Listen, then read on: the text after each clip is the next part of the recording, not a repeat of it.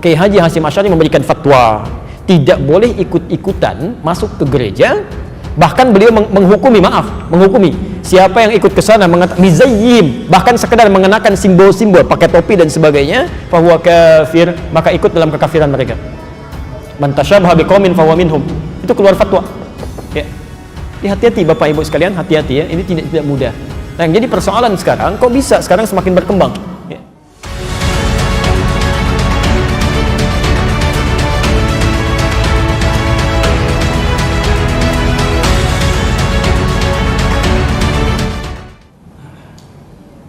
Bagaimana hukumnya bila seorang laki-laki menikahi Nasrani?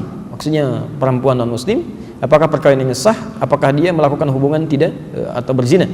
Baik.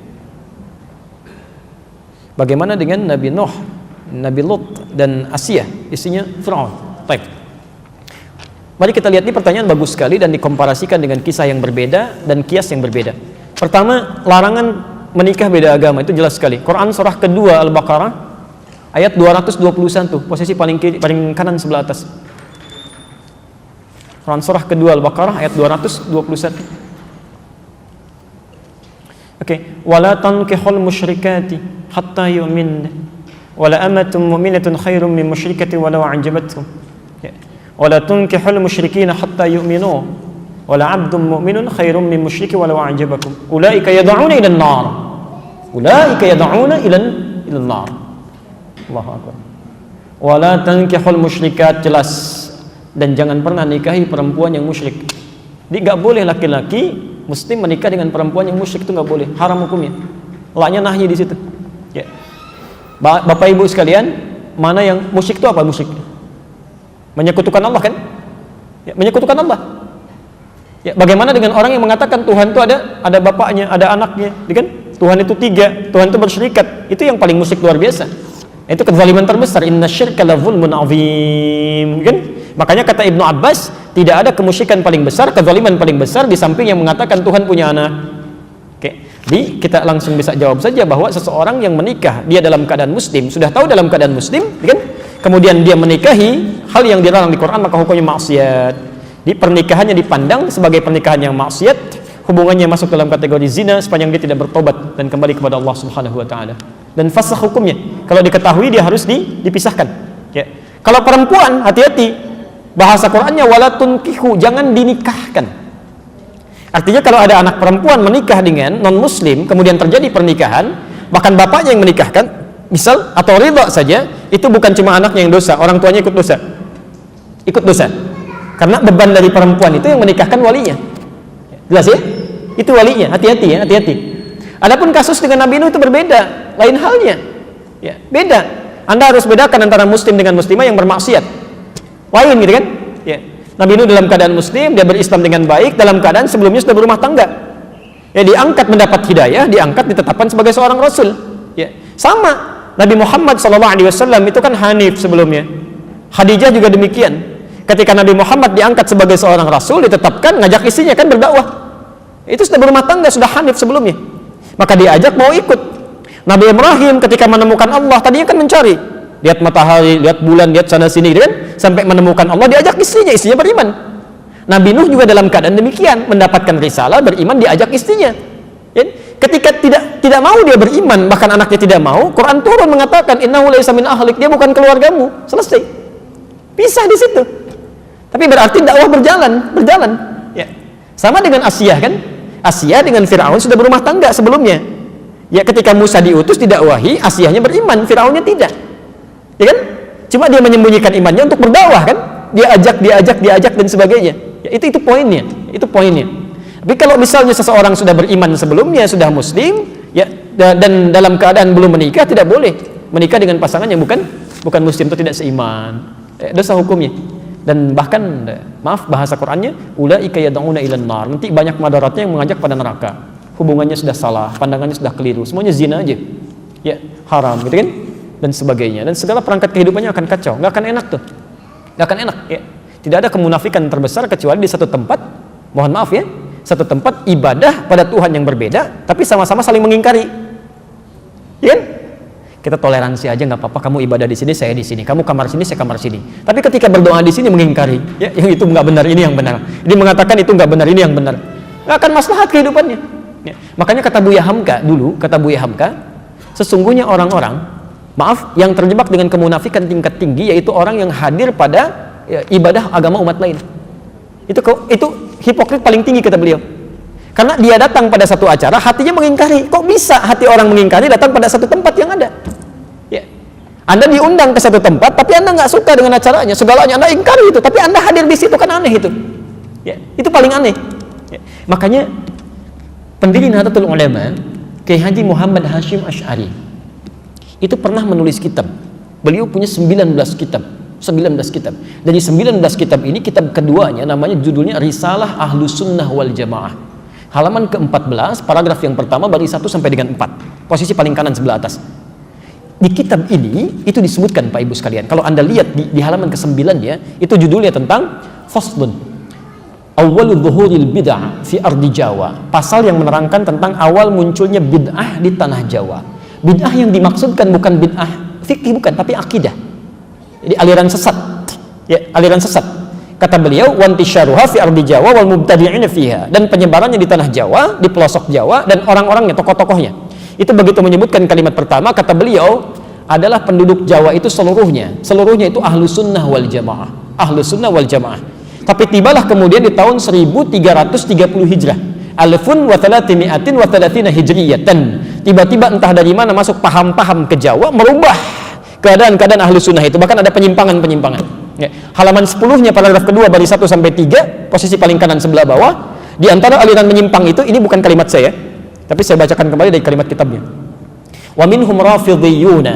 Di antara aliran menyimpang itu yang bid'ah itu ada aliran Rafidah. Rafidah itu nama lain dari Syiah. Ya, disebut Rafidah dari kata rafadha, artinya menolak. Karena Syiah itu menolak kekhalifahan Abu Bakar, Umar, Uthman. Ya, mereka katakan Ali yang berhak. Itu disebut oleh Syekh Hasim yang mendirikan Nahdlatul Ulama tanggal 31 Januari 1926. Itu aliran menyimpang. Dulu nggak ada Syiah. Tiba-tiba muncul kata beliau.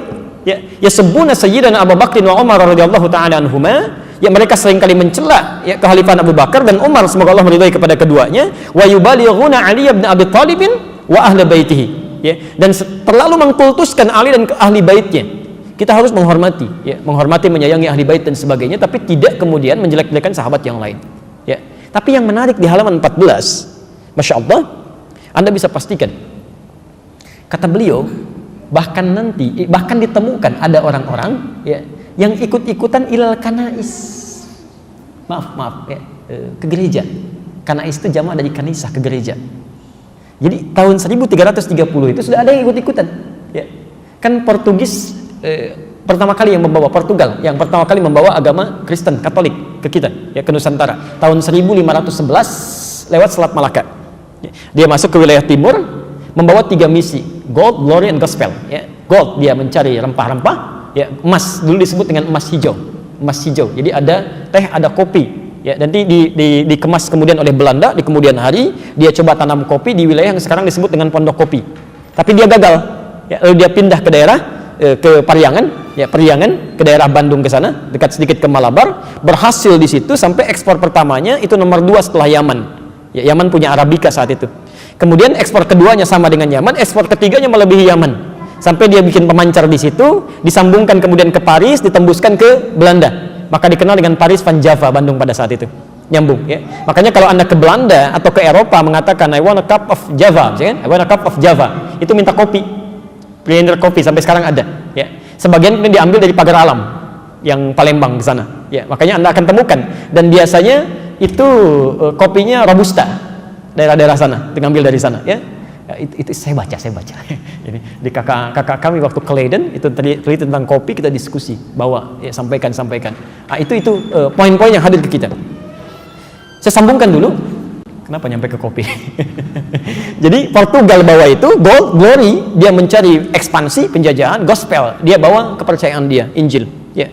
Dia datang kemudian dia sebarkan. Apa yang pertama dilakukan itu bangun tempat ibadah. Dalam bahasa Latin, bahasa Portugis disebut dengan igreja namanya, igreja. Lisan orang kita kan kadang suka menyingkat, ya, merubah berdasarkan perjalanan waktu, igreja menjadi gereja. Di gereja itu bukan bahasa Indonesia. Dari bahasa Latin asalnya igreja. Bagaimana cara ibadahnya? Pertama mereka datang ke situ, itu 2 hari setelah orang Islam ibadah. Di orang Islam umumnya hari Jumat mereka ke masjid, 2 hari setelah itu mereka berangkat ke gereja. Ya. Nah, cara menyembah orang-orang Katolik nih sampai sekarang itu nggak langsung menyembah Tuhannya, lewat perantara. Jadi kalau mau ditebus dosanya datang kepada Bapa, gitu kan, minta pengakuan dosa dan sebagainya. Disebut dengan Santo. Pada saat itu yang disembah Santo Domingo. Jadi ketika berangkat ditanya mau kemana mereka, nyembah Santo Domingo ke gereja, Santo Domingo, Santo Domingo. Lisan orang kita senang menyingkat, Santo Domingo, Domingo, Domingo menjadi minggu sampai hari ini. Tidak pakai o.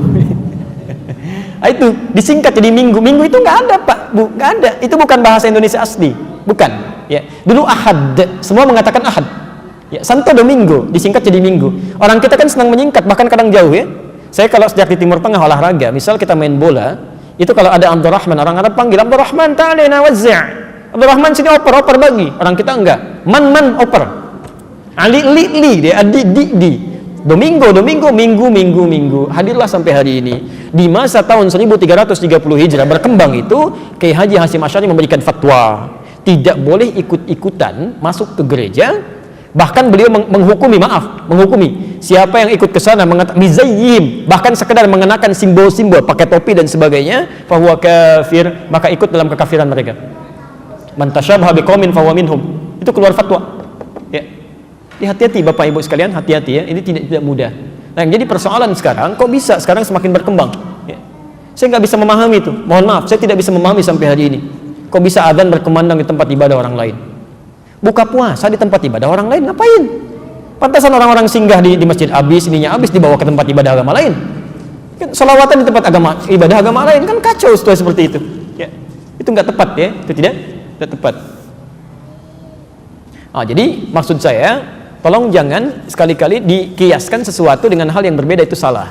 Ya, al-qiyas ma'al fariq batil. Menganalogikan sesuatu dengan yang tidak tempat itu hukumnya gugur. Jadi jangan sampai dikiaskan menikah dengan laki-laki atau perempuan non-muslim, dikiaskan dengan kisah Nabi Nuh atau kisah dengan Asyah dengan Fir'aun, itu kias yang berbeda, dua hal yang salah. Dan sekarang kita dihadapkan dengan permainan seperti ini, permainan kata-kata seperti ini. Jadi ada dalam ilmu logika perbandingan yang fatal akibatnya, salah premisnya, keliru kesimpulannya. Ya, coba pilih mana dalam konteks pemilihan, orang Islam pemimpin muslim yang koruptor atau non-muslim yang jujur, pilih mana?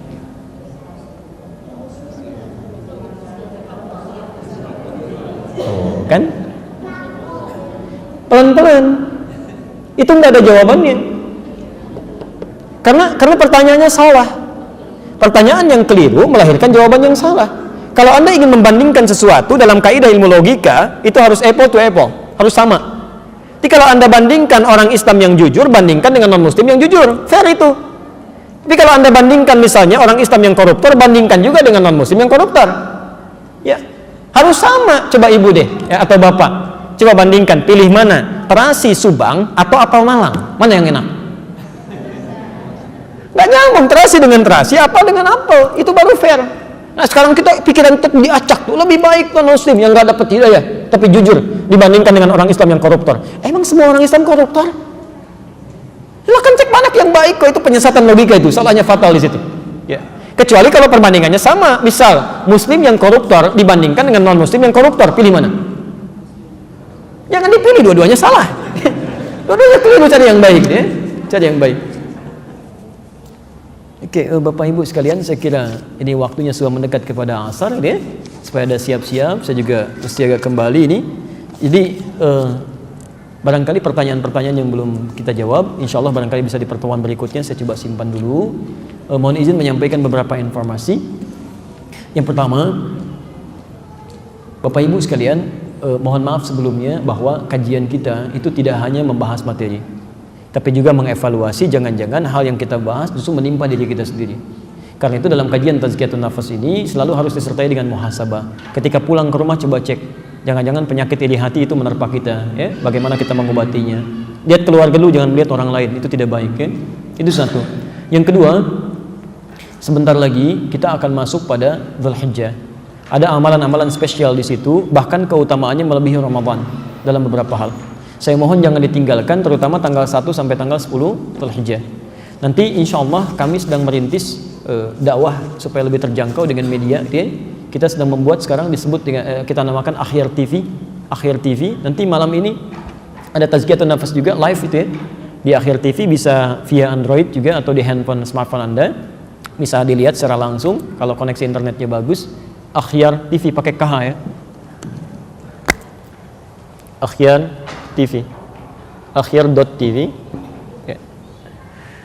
Dan setiap hari Kamis ya, malam Jumat ba'da maghrib dan ba'da isya kita itu adakan live untuk kajian tentang tuntunan Idul Adha, tuntunan Dzulhijjah dalam Al-Quran dan Sunnah. Adapun bagi Anda yang sekiranya belum bisa mendapatkan materi-materi catatan, nanti insya Allah mohon kalau nanti ada yang ke Bekasi, saya nanti titipkan buku ya. Nanti tolong bisa dibagikan dengan teman-teman yang biasa ta'lim atau di masjid ini juga untuk perpustakaannya ya. Nanti kami titipkan. Di situ ada panduan untuk bisa mempelajari keutamaan-keutamaan bulan Dzulhijjah. Kalau ingin lihat kajiannya di malam Kamis ya ba'da Jumat, dan besok juga pagi insya Allah ada live sekitar jam 9 ya untuk ibu kalau ingin lihat materi fikih salat, sifat salat Nabi SAW ya. Kami kira itu yang kami sampaikan. Insya Allah kita berjumpa lagi kesempatan yang akan datang. Saya pesankan jika ada yang benar dari uraian kami itu dari Allah dan Rasulnya silahkan diamalkan. Tapi kalau ada yang keliru mohon saya diingatkan. Saya boleh minta ya, boleh memohon permohonan saya.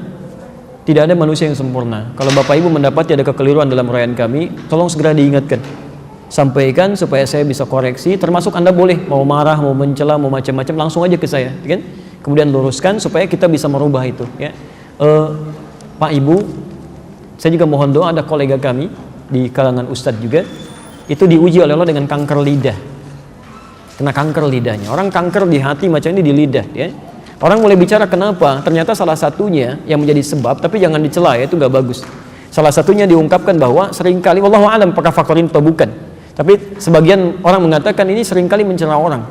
Ini dalam ceramahnya cela ini, cela itu dan sebagainya. Padahal yang tidak wajar, pada yang tidak boleh dicela, gitu ya.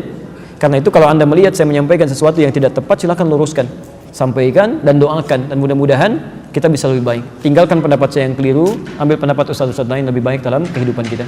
Subhanakallahumma bihamdika asyhadu an la ilaha illa anta astaghfiruka wa atubu ilaik. Wa akhiru da'wana alhamdulillahirabbil alamin. Allahu minkum. Assalamualaikum warahmatullahi wabarakatuh.